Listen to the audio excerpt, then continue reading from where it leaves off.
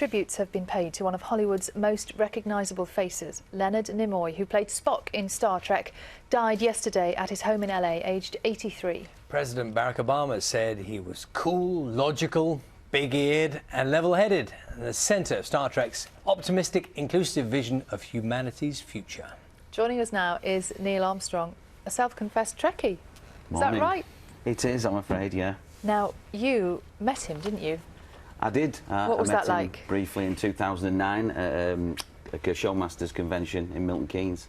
It turned out to be his last sort of his appearance, and there it is. His last appearance in the UK. I only had a matter of minutes with him, really, but you know, I said it was a great honour to meet him, and he said the honour was his. He signed many autographs over that weekend, took many pictures, and he was the last guy out of the convention still signing autographs on the way to the green room before he got his limo to the airport, so very gracious. You can see in that picture how much affection you have for him. Yeah, I managed to survive the famous Spock neck pinch as well, Yeah. so Yeah. no damage there. Now, one of the charming things about him, I was hearing some of his interviews talking about when he first heard about the role and reflecting on it many years later, and he said he by his own admission, took himself rather seriously as an actor and saw the Star Trek script and the idea of it and didn't know really whether to go for it or not, whether it fitted what he thought of himself as an actor. Yeah, I mean, there was a bit of a thing with him and Martin Landau. They were both going for the role, and they also both ended up in Mission Impossible. They were very similar characters.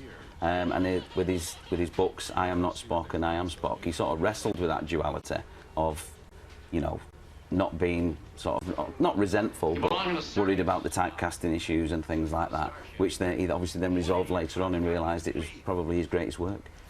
You've brought something special to show us, haven't you? I have, yeah. I know it's very precious. There you go. Let me hold this, see if I can get this to the right camera. So will you see it there?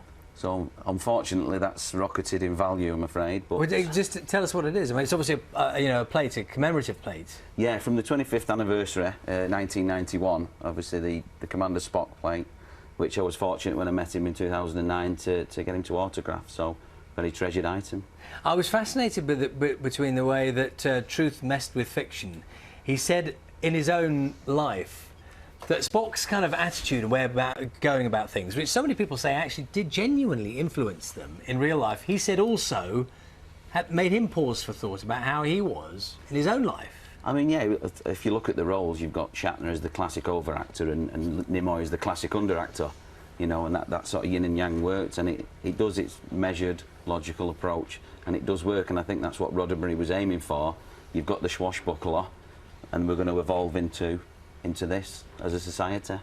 And even, I know you mentioned, you know, meeting him, and even later in life, he seemed to become more accustomed to that mammoth fame he had earlier on, didn't he? He wore it slightly, he wore it more lightly as he got older.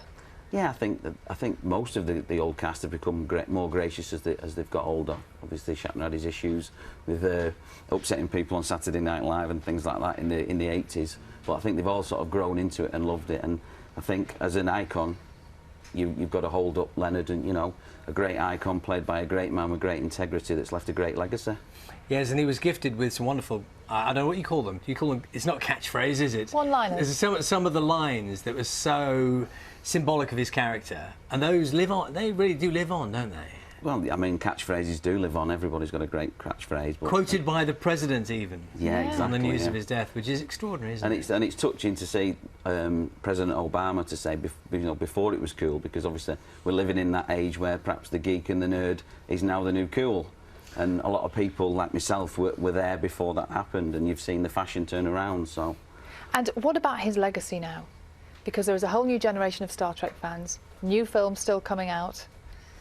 You know, is the man who stepped up to the plate now, the actor whose name escapes me in the new Star Trek? Zachary Quinto, yeah. Leonard actually had casting approval on Zach. So, wow. Zachary, when he was filming Heroes, used to go and sit outside J.J. Abrams' office to make sure that he got the role. Wow. So they became great friends, and Zach, you know, tweeted last last night on Twitter that he was broken-hearted. So Wow. it was definitely a great bond. And Neil, thank you for sharing your memories with us, and thank you for bringing your very valuable item. Careful as you go there. Thanks a Yeah. lot. Okay. Writer and broadcaster Tim Walker is with us now. Did you used to do that thing when you were little and try out the Vulcan? What was it called? The Vulcan Vulcan neck pinch. neck pinch. Did you try that? Had spectacular results. Oh. We've been working on that all this time, haven't Wasn't we? in any of the papers today. That's a BBC breakfast at first. Tim's in to have a look through some of the papers for us. So where are you going to start us off? Well, we're still on Mr. Spock. When we talk, we used to talk about famous last words. Now I think he has pioneered a whole new phenomenon, the famous last tweet. Yes. He was, of course, 83 when he died yesterday, and he knew he had this chronic obstructive pulmonary disease that he had. And he knew his days were numbered. And so on February the 23rd, just a few days before his death, he wrote his last ever tweet. "A life is like a garden. Perfect moments can be had, but not preserved, except in memory. LLAP." Now, I don't have to tell you that, or any Trekkie, what that means. Live long and prosperous. Live long and prosper. Prosper, Yes, yeah. I've got that wrong. Yes. Anyway, I googled famous last tweets just as a subject, and there aren't many, you know. There's a guy who I've never heard of called Nolan Birch who tweeted, "It's going to be a very eventful night tonight, to say the least," and he sure enough predictably he died. But I think we need to, in a way, when we're going to say our last tweet, obviously we have to be physically well enough to emit the last tweet, but we must try and think up something quite memorable to say, as Leonard did. And I think of that line in the film Crimes and Misdemeanors when a guy just jumps out of the window and the policeman said, "What were his last words?" And he said, "I'm just off." And he said, "What do you mean? It's just off." That was all he said. We've got to say something momentous. Or was it Spike Milligan who wanted on his tombstone, "I told you I was ill"? Yes, absolutely. Talk about understatement. Yeah. Where are you going to take us to the Independent? Well, after the Jack Straw, Malcolm Rifkin headlines, I think I'm